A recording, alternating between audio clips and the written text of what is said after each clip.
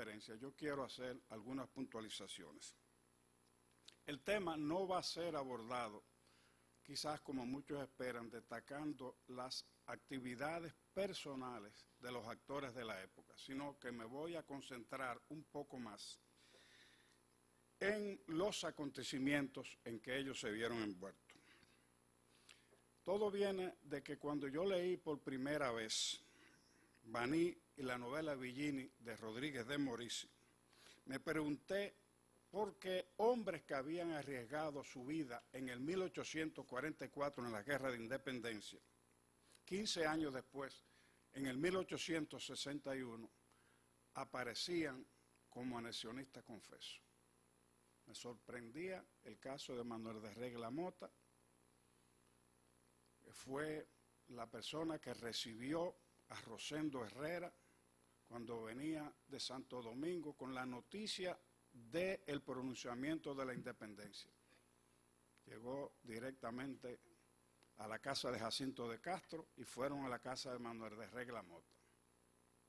Y ese Manuel de Regla Mota fue cuando al otro día vino Duvergé con la noticia de la capitulación, que llegó también donde Manuel de Regla Mota. Es la persona que va al Parque Central, lo que es el Parque Central hoy, le pone la cruz a la bandera. Es decir, como los colores de la bandera haitiana en azul y rojo, y no había bandera dominicana, lo que hicieron fue que le pusieron una cruz blanca. Entonces, 16 años después, ese mismo Manuel de Regla Mota es la persona que va al mismo parque a bajar la bandera dominicana y enarbolar la española.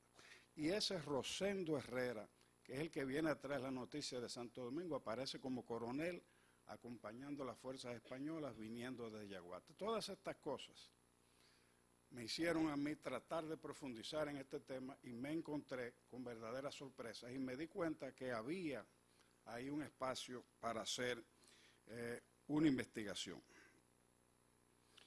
Pero para entrar en este tema, para conocer muy bien, para poder llegar a la verdad sobre la actitud de los banilejos en esa época, en la Restauración, tenemos que ir un poco más atrás, debemos ver un poco cómo sucedió el episodio de la independencia aquí en Baní. Porque a veces uno piensa, cuando habla de la independencia nacional y habla de la Restauración, uno lo ve como acontecimientos lejanos. Sin embargo, fueron acontecimientos donde los banilejos en ambos tuvieron participación de primerísima orden y destacada. Pero también debemos irnos un poco más atrás, porque yo lo que planteo es que la actitud de los banilejos no se debió a racismo, no se debió a que eran descendientes de españoles, no se debió a Pedro Florentino. Yo lo que planteo es que las relaciones primarias que existían entre Pedro Santana, jefe militar y político de la independencia, pero también jefe militar y político de la Restauración, y las relaciones que tenía con los banilejos, con un grupo de familias banilejas que eran las que movían a Baní, tenían el liderazgo social, económico, político y militar. Esas relaciones con Santana fueron las que le hicieron ser anexionista, porque era muy incipiente todavía el sentimiento de nacionalidad, muy incipiente el sentimiento de patriotismo, y lo que ellos tenían era un grupo familiar muy homogéneo, unidos por compadrazgo, como ustedes van a ver, en relaciones familiares uno con otro. Pero primero es bueno decir que los propietarios de Hatos Banilejos, la familia de Pedro Santana se desarrolló en Hincha, que es una población dominicana que estaba en la frontera, en territorio dominicano. Ese territorio hoy está en parte de los haitianos. La familia de Pedro Santana era de Hincha. Banilejos ateros iban a Hincha a negociar las pieles y el ganado con los haitianos. Entonces, seguro que desarrollaron una relación de amistad con los Santana. Y esto queda bien claro, determinado posteriormente. Pero además, muchas familias de esas vinieron posteriormente de Hincha y se establecieron aquí en Baní antes de la independencia. Quiere decir que esas relaciones continuaron. Más aún, hay un acontecimiento que habla de que Pedro Santana tenía relaciones muy cercanas con los Vanilejos. En el año 1843, antes de la independencia, se hicieron Pedro Santana y Ramón Santana y otro grupo de personas sospechosos ante los haitianos de estar conspirando, y los enviaron presos por tierra a Haití. Al cruzar por Sabana Buey, porque el camino que conducía hacia el sur no era por la carretera que tenemos hoy, sino que salía de Santo Domingo, cogía por arriba, por los Alcarrizos, entraba a San Cristóbal por la parte norte, entonces venía costeando, bordeando la costa, pasaba por Sabana Grande de Palenque, Nizao, Sabana Ubero, Paya, Baní, Sombrero, cogía hacia el sur. Entonces cruzaba por la Sabana de la Cruz, se llamaba, por Arroyo Hondo, Sabana Buey, Palmar de Ocoa y ahí hacia el sur. Bueno, pues cuando iban, lo llevaban preso por Sabana Buey. Pedro Santana y Ramón Santana se le escaparon a los que lo llevaban preso. Y dice textualmente, los textos históricos, que se fueron a ocultar a los médanos. Esos médanos no son más que las dunas de Caldera. Y quien lo ocultó fue un señor de Matanza llamado Luis Tejeda. Y la esposa de Luis Tejeda, que era Rosita Pimentel, hermana de Rudecindo Pimentel, y la Rosita se llama la playa de Matanzas en honor a esa señora. Entonces ellos dos escondieron a Pedro Santana y Ramón Santana en los médanos. De manera que es claro que había una relación primaria entre ellos. Más aún, había relaciones, realidades muy claras. Los jefes y líderes militares de Baní tenían estrechas relaciones con Santana. Los vanilejos, que fueron componentes del batallón de caballería Vanilejo, y los que no estaban en el batallón de caballería Vanilejo, fueron los verdaderos centinelas de la guerra de independencia en el sur. Ellos combatieron en San Tomé, donde tuvieron una participación decisiva. Se estaba perdiendo la batalla en San Tomé. Ellos iban camino a Neiva.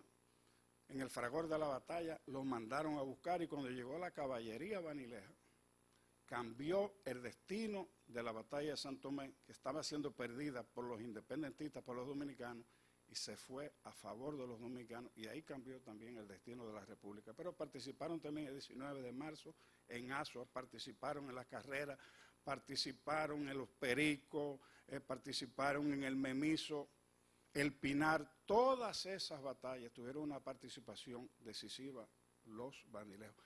Y el jefe de ese ejército era Pedro Santana. El presidente de la República era Pedro Santana. Es más, yo tengo un documento en mi poder donde Pedro Santana le ordena a Manuel de Regla Mota la formación del famoso batallón Vanilejo. Se lo dice que forma el batallón Ocoa, primero se llamó Ocoa, pero Regla Mota actuó muy rápidamente e inmediatamente. Ya a los 15 días, el jefe el ministro, jefe de las Fuerzas Armadas de esa época, está felicitando a Manuel de Regla Mota por la rápida formación del batallón de Baní. Y quien daba la orden de la formación de ese batallón era Pedro Santana. De manera que ahí también se comprueba que había una relación entre ellos. Además, solamente un líder de la categoría de Manuel de Regla Mota podía conformar un batallón con esa rapidez. Hay otro detalle también que apunta muy bien cuál fue la participación de los vanilejos en esa guerra de independencia. En las matas de Farfán hay dos puntos de la ciudad. Hay uno que se llama el Cerro de los Vanilejos y el otro, el Fuerte de Baní. Uno se llama el Fuerte de Baní y el otro el Cerro de Vanilejo, que queda en el mismo centro de las matas de Farfán. Y eso seguro que fue por la participación que tuvieron los vanilejos en esa guerra. Además, esos militares, esos combatientes, no eran militares de carrera. los que pelearon en la independencia eran los peones, los asalariados de los dueños de hatos y de terrenos que se convirtieron al llamado de las Fuerzas Armadas inmediatamente en coroneles y generales. Entonces ellos iban con su gente a la guerra. Y hay una descripción muy clara de Bonó, que es el padre de la sociología dominicana, que dice cómo eran esos militares. Y él lo dice con la guerra de la Restauración, cuando estaba Santana tratando de ir hacia el Cibao. Él decía que estaban descalzos, todos, desnudos de la cintura para arriba, con un pañuelo en la cabeza, y que llevaban un macuto donde iban el tasajo, es decir, la comida, los plátanos, los cartuchos, todo iba ahí en ese macuto. De manera que eran unos militares muy propios del desarrollo que teníamos nosotros, el desarrollo económico que teníamos en esa época. De manera que no podemos tampoco pensar en los militares como gente de carrera, uniformado. Eran un ejército totalmente improvisado y por eso mandaban a formar un batallón con la gendarmería de Baní. La guerra de la Restauración, para entrar un poco en materia, tuvo básicamente como escenario el Cibao. Comenzó en la línea noroeste, pasó Guayubín, encuentros en Puerto Plata, pero fue en La Vega, Santiago, donde se desarrolló. Incluso los principales actores fueron del área del Cibao. Por otro lado, la guerra de independencia, los principales escenarios estuvieron en la zona sur del país. Más las consecuencias de desatarse la guerra de la Restauración estuvieron básicamente en el Cibao, porque cuando se dio el cambio de moneda, cambió la moneda, prometieron que iban a recibir la vieja moneda por la nueva moneda, no lo hicieron. Cuando por la presión tuvieron que hacerlo, ya había grandes pérdidas para los cosecheros de tabaco del Cibao, para los artesanos y los pequeños propietarios que había en esa época. Y en el sur la guerra de independencia tuvo también una razón que no se habla mucho. Pedro Santana tenía, antes los ricos eran los que tenían alambique y corte de madera, no eran los ganaderos, esos tenían vaquitas por aquí y por allá, eran los que tenían alambique y corte de madera. Pedro Santana era dueño de los cortes de madera de Bávaro. Duvergé tenía cortes de madera. Manuel de Reglamota tenía cortes de madera. 22 años, todo tranquilo con los haitianos aquí. Cuando se le pone un impuesto oneroso al corte de madera, inmediatamente comienzan los movimientos para la independencia. Y esos cortes de madera estaban básicamente por el sur. De manera que ese escenario de la independencia tan importante en el sur fue protagonizado en la mayoría de los casos por los vanilejos y dirigidos por Pedro Santana, que era el líder militar y político de la época, de manera que había mucha relación entre ellos. Asistían dos grupos que se disputaban básicamente el control político del país, que eran los santanistas y los baecistas. Conociendo cómo se dio el proceso de independencia en Baní, nos podemos dar cuenta aún más la relación que había entre los santanistas y el control político de Baní. Como le dije, cuando se produjo el pronunciamiento de la independencia, quien vino a traer la noticia fue Manuel de Reglamota, Rosendo Herrera. Y vino donde Manuel de Reglamota, y Rosendo Herrera estaba casado con Margarita Mota, hija de Manuel de Reglamota. Fue que llegó donde Jacinto de Castro y reunieron 200 hombres. Quisiera que ustedes grabaran ciertos nombres y las relaciones familiares. Entonces Rosendo Herrera llegó, al otro día llegó Duvergé con Joaquín Omjío. Por cierto, Duvergé fue fusilado por Pedro Santana. Y en la misma condena en que condenaron a Duvergé, también fue condenado un hijo de Duvergé, menor de edad. Y en la condena se decía que para la ejecución de la sentencia tenían que esperar que cumpliera la mayoría de edad. Y así se hizo. Entonces, los vanilejos, cuando se dio el grito de la independencia, ya el otro día, ¿sí?, el pronunciamiento y la capitulación, se agruparon en la casa de Manuel de Regla Mota. ¿Dónde estaba la casa de Manuel de Regla Mota en Baní? La casa de Manuel de Regla Mota estaba donde estuvo, por ahí está la oficina de Virgilio Soto durante mucho tiempo, en la calle Mella, bajando, esquina Callejón de la Patrona, que ya no existe porque fue ocupado por la catedral, es decir, entre la Máximo Gómez y la calle Sánchez.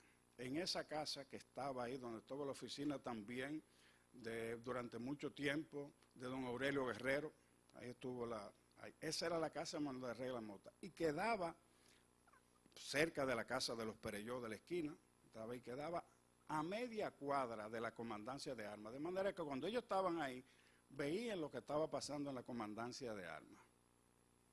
Entonces, Manuel de Regla Mota reúne a las personas ahí, van al parque, le ponen la cruz a la bandera, y llega un grupo de San Cristóbal también, y se van hacia el sur. Los vanilejos son los que llevan la independencia a Asua y pronuncian a Asua, y se van a San Juan de la Maguana.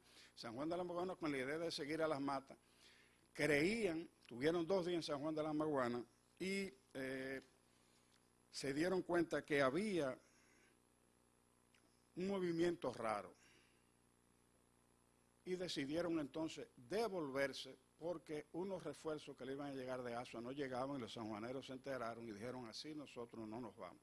Entonces estaban en San Juan de la Maguana, y dice Jacinto de Castro que el jefe militar de esas tropas era Rudecindo Pimentel, anoten ese nombre, y que se tardaron un poco porque Rudecindo Pimentel se había extraviado, no aparecía Rudecindo Pimentel, y que Santa María y Luis Álvarez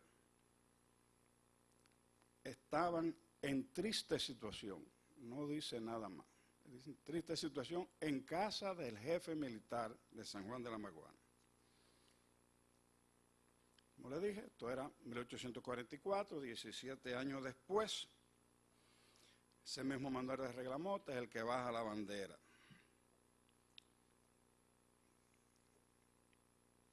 Y es el primero que aparece firmando, Manuel de Regla Mota, el pronunciamiento nacionalista de Baní. Pero fíjense, la segunda persona que sigue firmando es el padre Rosón, Andrés Rosón. Padre Andrés Rosón, que paradójicamente fue diputado, representante de Baní de la Constituyente de San Cristóbal, que ayudó a elaborar la primera Constitución de San Cristóbal. Fue la persona que orientó y educó en su juventud a Máximo Gómez, pero era un nacionalista confeso. Y el padre Rosón, era la segunda persona que firmaba el pronunciamiento anexionista de Baní. Sigue Manuel María Saldaña, secretario del ayuntamiento, Basilio Echavarría, presidente del ayuntamiento, y un poco más abajo, firmando también Rosendo Herrera, el mismo que trajo la noticia del pronunciamiento del 27 de febrero. Es decir, son cosas que si uno las lee así en frío, dice: pero ¿qué pasó aquí? No sé, hay que buscar un poco más hacia adelante. Ahí aparece firmando también Fidel Guerrero de Matanzas, que fue la persona que con una cortapluma cortó las amarras y se le salvó a Pedro Florentino cuando fusiló sumariamente a 30 dominicanos por el sur. Pero aparece firmando también Andrés Gómez, el papá de Máximo Gómez. Entonces vuelve a la pregunta: ¿y qué movió a todos estos hombres a actuar de esta manera? Algunos de los nombres que yo voy a mencionar más adelante, hombres todos importantes en Baní,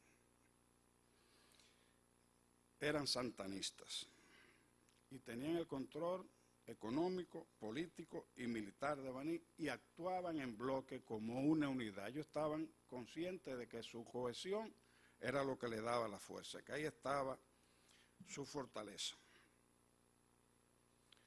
No había un sentimiento de nacionalidad muy formado, el concepto de patria aún era muy joven, pero lo que sí estaba sentado hace mucho tiempo en los corazones de esta persona era el liderazgo político de Santa Anna y sus relaciones personales con ellos.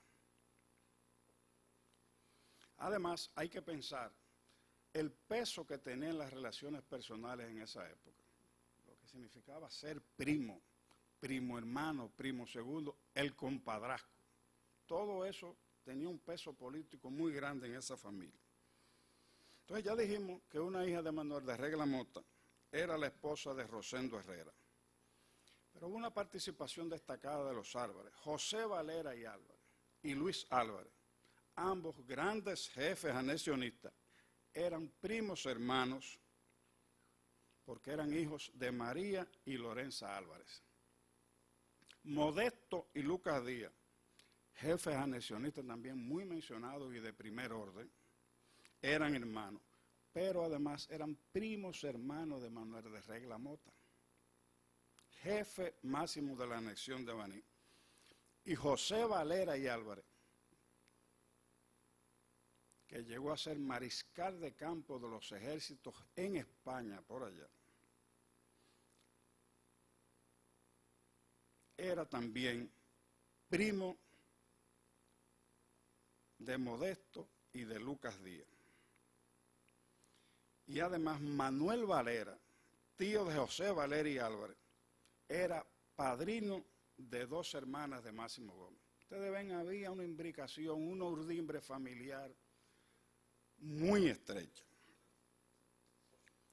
José Valera y Álvarez, de quien dice Joaquín Hichazo, que fue quien dirigió el pronunciamiento restaurador de Baní, siendo esta la única información que yo he podido ver al respecto.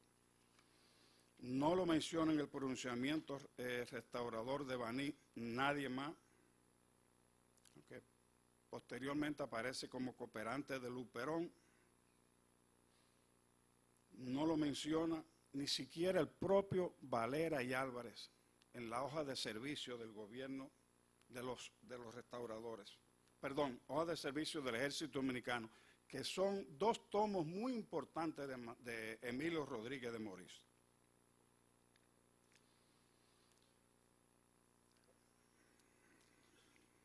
Estos volúmenes, que son muy utilizados, están ahí que se recogen las declaraciones de los miembros del antiguo ejército dominicano, que fue convertido en las reservas dominicanas. Entonces, el ejército de 1844, cuando se produce la anexión en 1961, son convertidas en las reservas.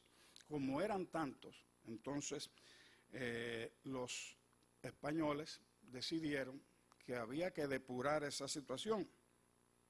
Y entonces, ahí es que vienen ellos, y los que no tienen los documentos porque lo habían perdido, dan una declaración jurada de qué habían hecho ellos hasta ese momento. Otros dan la declaración jurada cuando llegan después de la restauración, después de la guerra de restauración en Cuba en el 1865. Por eso es un documento muy importante. Entonces, esas tropas también eran llamadas los voluntarios. Eran los mismos miembros del antiguo ejército dominicano que dieron declaraciones frente a las juntas clasificadoras. Entonces, escuchen estos nombres: Manuel de Regla Mota, José Valera, Luis Álvarez, Modesto Díaz, Lucas Díaz, Máximo Gómez, Rudecindo Pimentel, Jaime Vidal. Entre todos ellos, que fueron los líderes de la anexión, existían relaciones familiares y de compadrazgo. Una hija, Manuel de Regla Mota, como lo dije, estaba casado con Rosendo Herrera. José Valera y Álvarez eran familia. Modesto Díaz, Lucas Díaz, familia relacionados con Manuel de Regla Mota. El padre, Andrés Rosón, como ya lo dije, que fue el padrino de Máximo Gómez, también fue secretario del arzobispo Valera. Y esto es muy importante. Y ese arzobispo Valera era primo hermano de José Valera y Álvarez, de Pepe Valera, que fue un personaje determinante por aquí. Manuel de Regla Mota, quien era compadre también de Rudecindo Pimentel. Adicionalmente estaba casado con Joaquina Carmona, quien era prima de Rudecindo Pimentel. Matancero, que es hermano de Andrés Pimentel, que son a las dos personas que se le atribuye la fundación de San José de Ocoa. Rudecindo Pimentel era propietario del alambique donde se inició el incendio de Baní ordenado por Florentino. Aquí mucha gente lo va a ubicar ahora mismo. En Baní tomó fama el ron producido por don José Paulino, fue un ron que fue famoso. El alambique donde se producía este ron fue originalmente propiedad de un italiano llamado José Prandi, quien se lo vendió a Manuel de Regla Mota, y Manuel de Regla Mota se lo vendió a Rudecindo Pimentel. Y después del incendio, la familia de Rudecindo Pimentel se los vendió a los Velázquez, y esto a José Paulino. Este alambique estaba situado donde hoy está la sucursal del Banco Agrícola, es decir, la Nuestra Señora de Regla, esquina Sánchez. Y muchos de ustedes recordarán que al lado está la panadería que era de don Aníbal Velázquez. Y frente a la panadería de don Aníbal Velázquez estaba la casa de don Arsenio Velázquez. Entonces, algunos de los presentes se van a ubicar ahora a qué rama de los Pimentel era que pertenecía Rudecindo Pimentel. Mateo Velázquez, ese papá, como le estoy diciendo, de abuelo, Mateo Velázquez se casó con Zunilda Pimentel, y Zunilda Pimentel era hija de Rudecindo Pimentel y María de la O. Díaz, primo de los Díaz, de Modesto Díaz y compañía, y de Lucas Díaz. Y le voy a mencionar algunos de los hijos de Mateo Velázquez y Zunilda Pimentel: Francisco Velázquez Pimentel, Amenodoro Velázquez Pimentel y Aníbal Velázquez Pimentel. Quiere decir que Rudecindo Pimentel era abuelo de estos tres últimos y bisabuelo de Arsenio Velázquez. Por eso el alambique estaba en esa esquina, vecino de las calles de ellos. Eso es lo que explica que el incendio se iniciara por ahí. Además, la preeminencia que tenía Rudecindo Pimentel, que ustedes oyen, que lo he mencionado en muchas ocasiones. Y voy a aprovechar antes de seguir para hablar de este caso del incendio de Baní. Yo opino, tengo la idea, y la he discutido con el general José Miguel Soto Jiménez, y hemos estado de acuerdo en que hay que profundizar. Yo pienso que ese incendio se dio como una retaliación a Rudecindo Pimentel. Es decir, Rudecindo Pimentel estaba en el ejército independentista, y estaba también en el ejército independentista, fue general de los ejércitos independentistas, Pedro Florentino. Porque a nosotros se nos ha enseñado a odiar a Pedro Florentino. Se nos ha dicho que era la tila, que era un hombre sanguinario, pero no se nos dice que Pedro Florentino fue en la independencia gobernador de La Vega, que fue general durante la independencia y que estaba por aquí por orden del gobierno restaurador de Santiago como jefe de las tropas restauradoras. Se dice que era negro, pero Florentino no era negro. Entonces, odiamos a Florentino. Sin embargo, el Parque Central de Baní se llama Marcos A. Cabral, y Marcos A. Cabral era el secretario personal de Pedro Florentino. Así que hay que revisar un poco las situaciones para entonces ponerlas en su justo lugar. Pues bien, entonces Rudecindo Pimentel, ustedes recordarán, fue la persona que estaba llevando las tropas independentistas al sur, que fue, nos estaban esperando en San Juan de la Maguana. Ahí estaba Rudecindo Pimentel. Rudecindo Pimentel era dueño de alambique, como era dueño de alambique también Pedro Florentino. Es De manera que Pedro Florentino sabía lo que era tener un alambique. Pero Rudecindo Pimentel, además, estaba, como ustedes lo han visto, emparentado con todos los jefes anexionistas en ese momento aquí en Baní. Y eso lo sabía muy claramente Pedro Florentino.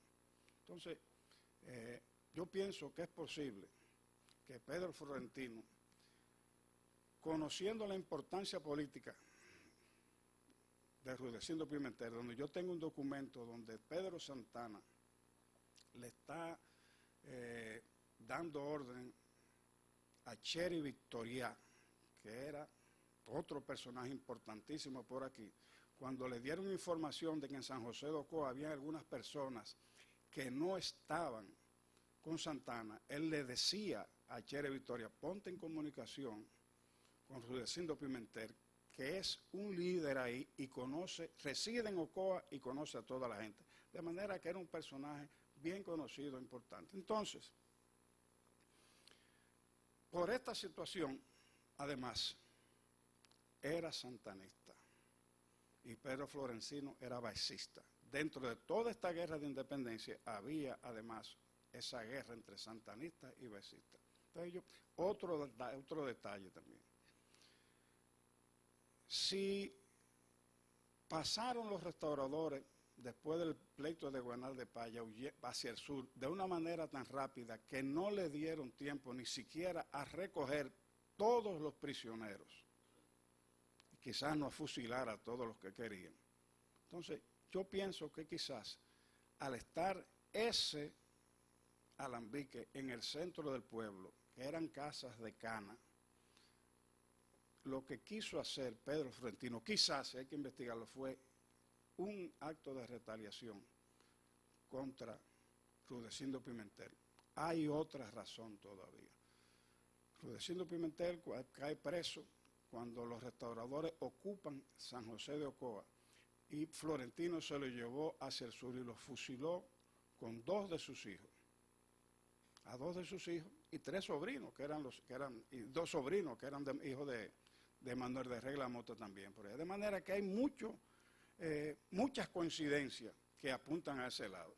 Entonces, yo pienso que cuando pasaron, simple y sencillamente eso es retaliación. Además, el incendio era un arma de guerra. Y en una comunicación muy temprana, en agosto del 1863, dirigida a la reina de España, el gobierno del Cibao se lo dice, moriremos todos, se destruirán bajo las llamas todos los pueblos, pero jamás volveremos a ser gobernados por los españoles. Y comienza la restauración en Capotillo y pasan por Guayubín. Los restauradores le pegan fuego a Guayubín. El fuego se extendió tanto que hasta murieron enfermos internos en el dispensario. Pero salen de Guayubín y se van a Puerto Plata y le pegan fuego a Puerto Plata. Pero en Puerto Plata, los españoles se dieron cuenta que había un sacerdote que vivía solo con su madre en una casa, que tenía simpatía con los restauradores, y los españoles le mandaron a pegar fuego a la casa también. Pero está el caso de Moca. Los restauradores acorralaron los españoles que le pegaron fuego al pueblo y para rendirse fue en la iglesia que se refugiaron. Pero en Samaná, los mismos españoles bombardeaban la casa de José Chiquito, que era un general que guerrillaba por ahí, y por bombardear la casa de José Chiquito le prendieron fuego varias veces a Samaná. El incendio de Santiago, que fue determinante para la guerra de restauración, es glorificado por todos los historiadores. Si en ese incendio no se hubieran agilado los españoles en la fortaleza de San Luis. Pero hay más. Cuando los españoles pasaron por aquí, por Baní, con la Gándara, que iba para Barahona, Ángel Félix le pegó fuego a Barahona, Ángel Liberata. Y los españoles glorifican a Ángel Liberata. Pero hay más. Cuando salen los españoles de Barahona y pasan por Cabral, le mandan a pegar fuego a la iglesia de Cabral, porque ahí bautizaron a Pedro Florentino. De manera que el incendio era un arma de guerra, no era una cosa especial, no le pegaron fuego especialmente a Baní por ser Baní. Pero vamos a avanzar un poco. Estos casos de la familiaridad también se dio mucho en el caso de los restauradores. Por ejemplo, Marcos A. Cabral, que dijimos que era secretario de Florentino, estaba casado con una hija de Buenaventura Báez, con Amelia Báez Andújar, que era sobrina de José Donato Andújar, restaurador y patriota, que también fue secretario militar de Florentino cuando Marcos A. Cabral estaba un poco ausente, y secretario de Marcos A. Cabral. Y Donato Andújar fue un personaje extraordinario de la restauración. Lo que yo pienso, lo que yo estoy planteando es que pudieron más las relaciones personales, familiares entre ellos y de amistad, entre los vanilejos y el general Pedro Santana, que los sentimientos nacionales y patrióticos. Existe abundante documentación, entrando un poquito ya rápidamente en la restauración, porque tienen que estar cansados y es hora de terminar. Mucha documentación que muestra que Pedro Santana dio instrucciones precisas para la recolección entre empleados públicos para el pronunciamiento a favor de la anexión. No vamos a detenernos en si esto fue preparado, si firmaron, si pusieron firma que eran o firma que no eran. Donde nos vamos a detener es que voy a leer el pronunciamiento anexionista de Baní.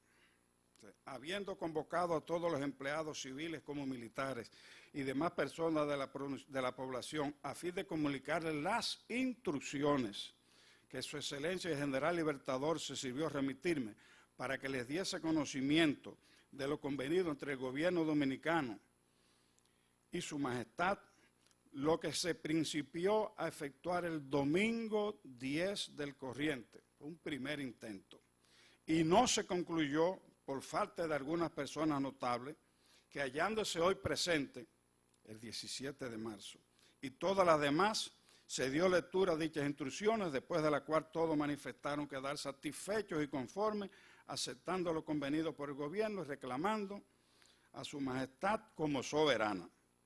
En prueba de ello, firmaron la presente acta levantada en efecto el general Manuel de Regla Mota, Andrés Rosón, Manuel María Sardaña, Basilio Echavarría, que era presidente del ayuntamiento, P. Brea, Francisco de Castro, M. Aristi, Alejandro Guzmán, Mariano Félix, Rafael González, Rosendo Herrera, Francisco J. Heredia, Francisco Romero, Antonio Mota, hijo de Manuel de Regla Mota, Toribio Yepes, Wenceslao Guerrero, Manuel de Regla Pimentel, Francisco Guzmán, Hipólito Villín, Hipólito Caro, y siguen todas las personas importantes de Baní. Fidel Guerrero, Esteban Villini, Francisco Mota, Andrés Gómez, el papá de Máximo Gómez. Sin embargo, el 25 de febrero de 1871 pasó una comisión del gobierno norteamericano por aquí, por Baní, y hay un documento muy poco conocido que yo voy a dar a conocer que lleva luz sobre esta situación. Baní, 25 de febrero de 1871. Samuel Howard Asua, estimado señor, tengo ahora a remitirle al junto la declaración que usted se sirvió pedir durante la visita que tuvimos el placer de girarle a su paso por nuestro pueblo. Queda usted seguro de que no contiene nada más que la verdad. Con sentimiento de más elevada consideración, quedo su obediente servidor, Wenceslao Guerrero. Entonces, ¿cuál es la declaración? Los infrascritos, como miembros del Consejo Municipal de Baní y bajo nuestra palabra de honor como ciudadanos particulares que han sido testigos de todos los acontecimientos políticos en este país desde 1844 de la fecha, declaramos que el pueblo de Baní no fue consultado ni invitado a votar sobre la anexión a España, habiéndose requerido solo a unos pocos ciudadanos que firmaran la declaración o pronunciamiento después de izarse la bandera española. Firma que negaron los ciudadanos Basilio Echavarría, Rudecindo Herrera, José Villini y otros entre los más distinguidos del pueblo. Asimismo, afirmamos que la bandera española izada en este pueblo el 18 de marzo de 1861 había sido enviada por el comandante del barco de guerra Pizarro, anclado unos días antes en la bahía de Caldera, y que varios días después de la anexión, así como el mismo día en que ésta se realizó, los barcos de guerra españoles Pizarro y Hernán Cortés estuvieron fondeados en dicha bahía y venían prestando servicios por turno en dicha estación, en fe de lo cual el ciudadano Basilio Echavarría, el único de los mencionados más arriba que aún vive aquí en la actualidad, firma con nosotros esta declaración, la cual les pedimos para la buena información de Mr. Howard, miembro de la Comisión Norteamericana, quien así nos solicitó. Baní, 24 de febrero de 1871, Wenceslao Guerrero, Esteban Villini, Lorenzo Díaz, Manuel María Saldaña y Basilio Echavarría. Basilio Echavarría, prócer de la independencia, Rudecindo Herrera, José Villini, prócer de la independencia, eran ciudadanos muy prestantes de Baní. De los 5, 4 aparecen como firmantes del pronunciamiento anexionista de Baní. De esos 5 que firman esta aclaración, 4 firmaron el pronunciamiento anexionista de Baní. Además, inmediatamente después de proclamada la anexión, y mucho antes de aparecer Pedro Florentino, se produjeron varios nombramientos de bandilejos distinguidos en altos cargos. Tenientes gobernadores fue nombrado Manuel Mota, hijo de Manuel Regla Mota, aquí en Baní, Pedro Nolasco de Brea en Vallaguana y Jaime Vidal en San José de Ocoa. Pedro Valverde y Lara, que nació ahí en Calabazas, fue nombrado gobernador civil de la capital. Este Pedro Valverde y Lara, un personaje extraordinario.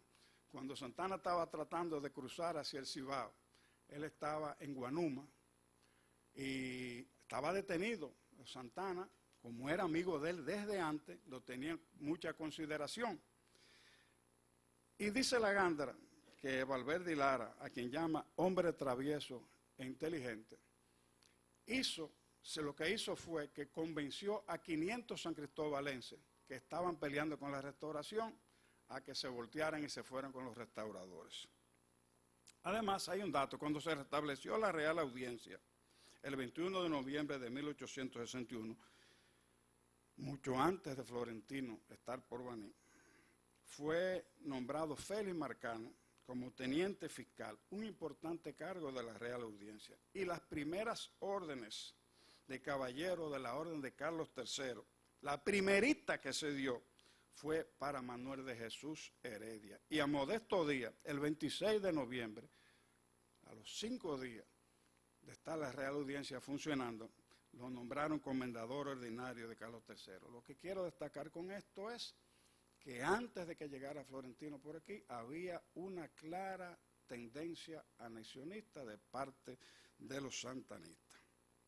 Hay personas que justifican la actitud de estos bandilejos diciendo que lo hicieron porque eran descendientes de los españoles. Eso no tiene validez. El boletín oficial número 12 del gobierno restaurador de 1864 ofrece el nombre de 40 españoles, algunos de ellos prisioneros de guerra, que quisieron hacerse dominicanos en medio de la guerra de la restauración.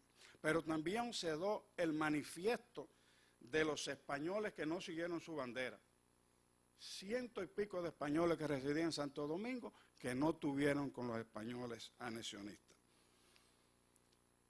Además, algunas personas dicen que eran porque los bandilejos eran descendientes de los españoles, pero ahí en el mismo 1863 había un corneta de apellido Angulo que era español.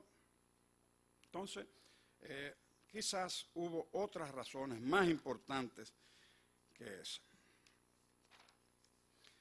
Muy brevemente, una breve reseña de cómo sucedieron los acontecimientos de la restauración por aquí. Los españoles, mejor dicho, las guerras, la guerra que se dio por aquí no fue una guerra de enfrentamiento entre dos tropas. Cuando se habla del Guanar de Paya, la gente piensa que eran 2.000 restauradores que iban de frente y chocaron contra 1.500 españoles. Esta fue las restauradoras lo que mantuvieron fue una guerra de guerrilla. Y fue siguiendo órdenes del general Mella, uno de los padres de la patria, que le decían claramente que los hostilizaran permanentemente durante el día, pero sobre todo durante la noche para que no lo dejaran descansar. Entonces, eso era lo que hacían. No había un control del territorio. Es más, después del combate del Guanar de Paya, José Tejeda Valera testifica que participó en Moja Casabe combatiendo bajo orden de Juan Tejeda Valera el 29 de diciembre de 1863 y el Guanar de Paya fue el 18 de noviembre. Después de haber sido preso y libertado, pero en febrero de 1864 él participó en Catalina. Después del Guanar de Paya habían fuerzas restauradoras en Catalina. Y además, en el mismo Moja Casabe, el Aguacate, en Cambita habían fuerzas restauradoras, en Daña Ana habían fuerzas restauradoras, combatiendo a González Tabla. Félix Marcano habla de que participó en Buenavista, Limonar y Sabana Larga.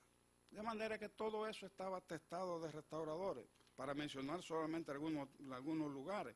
El 4 de diciembre hubo un combate en Matanza, el 28 de diciembre del 1863 entre San Cristóbal y Baní, y dice Félix Marcano que vino de San Cristóbal a Baní recibiendo el fuego del enemigo todo el camino.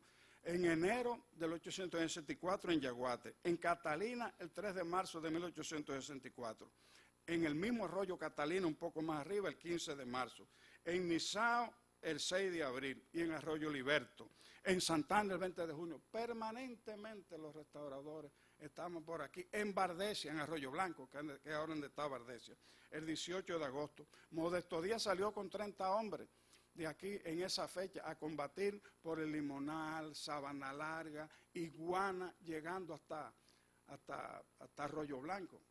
De manera que no fue una posesión que tuvieron los españoles. Y esto lo muestra muy bien el hecho de San Cristóbal. San Cristóbal estaba en manos de los españoles. Vino el pronunciamiento, no vamos a preocupar mucho por la fecha, vino el pronunciamiento de los restauradores y los españoles abandonaron San Cristóbal. Al mes y pico vuelve y toman San Cristóbal, pero están sitiados en San Cristóbal. Prácticamente no podían recibir alimentos de la capital, que se los pasaban por Jaina en una barcaza. Y los restauradores tiroteaban cada vez que querían acercarse a la barcaza y podían pasar pequeñas cantidades. Entonces les dieron orden de que se fueran a Santo Domingo. Mientras eso pasaba por ahí, venía Florentino del sur con el general José Durán y tuvieron con las tropas de Puello un encuentro en el río Jura. Ganaron los españoles. Los restauradores se retiraron, sin embargo, fueron llamados a la capital, que se concentraran en la capital, y ahí es que cae por primera vez Azua en manos de los restauradores, donde estuvo mucho tiempo Florentino. Mientras Florentino estaba en Azua, se produjo el pronunciamiento de Baní, el pronunciamiento de San José de Ocoa y el abandono de San Cristóbal otra vez por las fuerzas de restauración. Entonces ahí es que cogen, vienen caminando toda la costa y vienen hacia el sur. Aquí yo voy a dar un dato, y eso es lo último, de las últimas cosas que voy a hablar.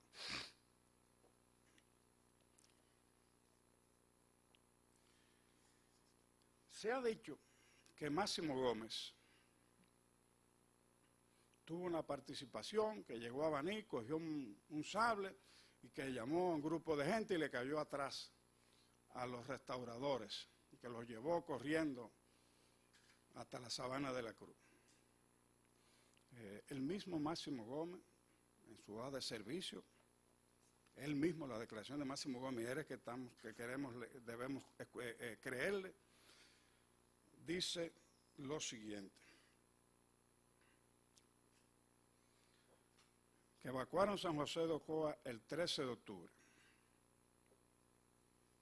cuando dice que evacuaron San José de Ocoa, que él se fue a esconder, a ocultarse, él mismo lo dice, en las montañas, porque ya estaban ocupadas las poblaciones intermedias. Las poblaciones intermedias son Baní, el 6 y el 9, San Cristóbal. Entonces, ¿qué dice Máximo Gómez? Que efectuada por orden del gobierno la evacuación de San José de Ocoa el 13 de octubre del citado, 13 de octubre de 1863, ocupadas ya las poblaciones intermedias entre la capital y dicho punto, es decir, Baní y San Cristóbal, determinó, de acuerdo con el teniente coronel don Santiago Pérez, quien era su cuñado, ocultándose en los montes por no ser posible incorporarse a las fuerzas del gobierno reconcentradas a la sazón en aquella, es decir, reconcentradas en Santo Domingo. ¿Qué lo verificaron? Es decir, lo agarraron. Y a pesar de la cautela con que andaban ocultándose, que lo verificaron, y a pesar de la cautela con que andaba, fue sorprendido en compañía del teniente coronel don Santiago Pérez, repito, su cuñado, por una ronda del cabecilla Pedro Florentino, la que lo condujo a su presencia, es decir, a Máximo Gómez lo cogieron preso y lo llevaron frente a Pedro Florentino, el sanguinario, el criminal. Este último intimándolo, es decir, exhortándolo a que abrazasen la causa revolucionaria. El hombre, en vez de fusilarlo, lo que dice, ven acá, ven para este lado, que aquí es que tú tienes que estar. Y habiéndose negado a ello, es decir, habiéndose negado a ello Máximo Gómez, dicho cabecilla dispuso que las prisiones en que se hallaban se redoblasen, en las que permaneció amenazada su vida, hasta que dicho cabecilla, atacado por la columna, a las órdenes expresas de los excelentísimos señores don José de Aragán de Eusebio Puello, abandonó a Baní. Es decir, Máximo Gómez estaba oculto en esas montañas de ahí arriba, cuando venía avanzando hacia el sur Pedro Florentino con Puello. Y cuando llegan a Baní es que lo libertan, es decir, porque fue una cosa rápida, estaba preso. Y sigue Máximo Gómez.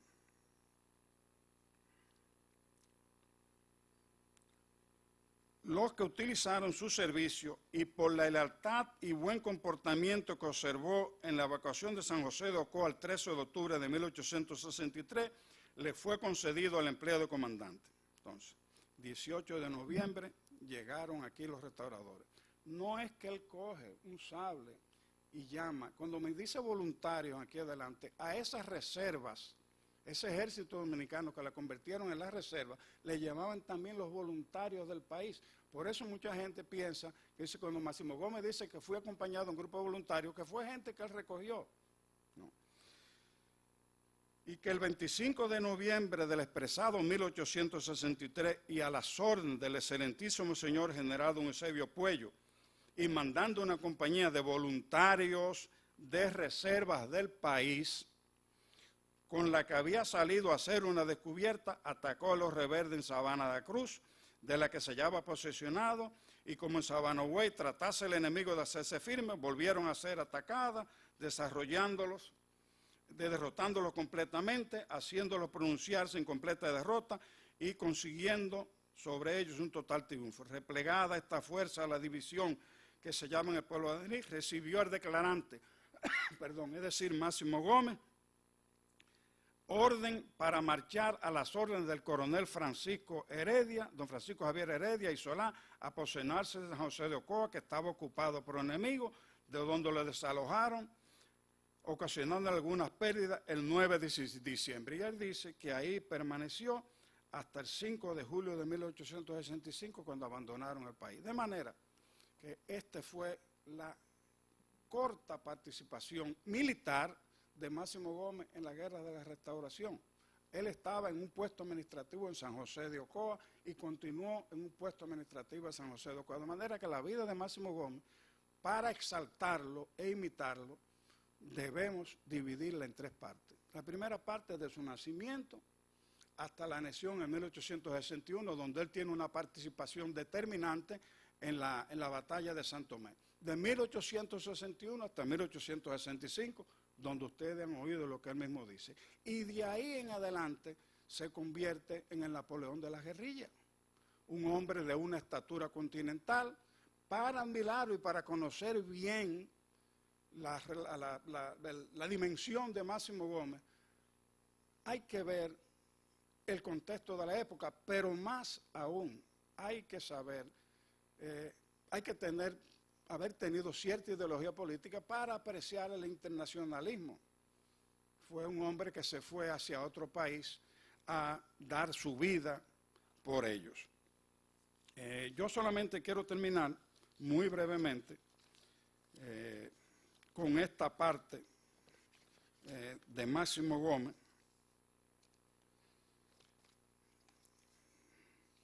porque Florentino también envió una parte de las tropas que pelearon en la Sabana de la Cruz, que es otra historia.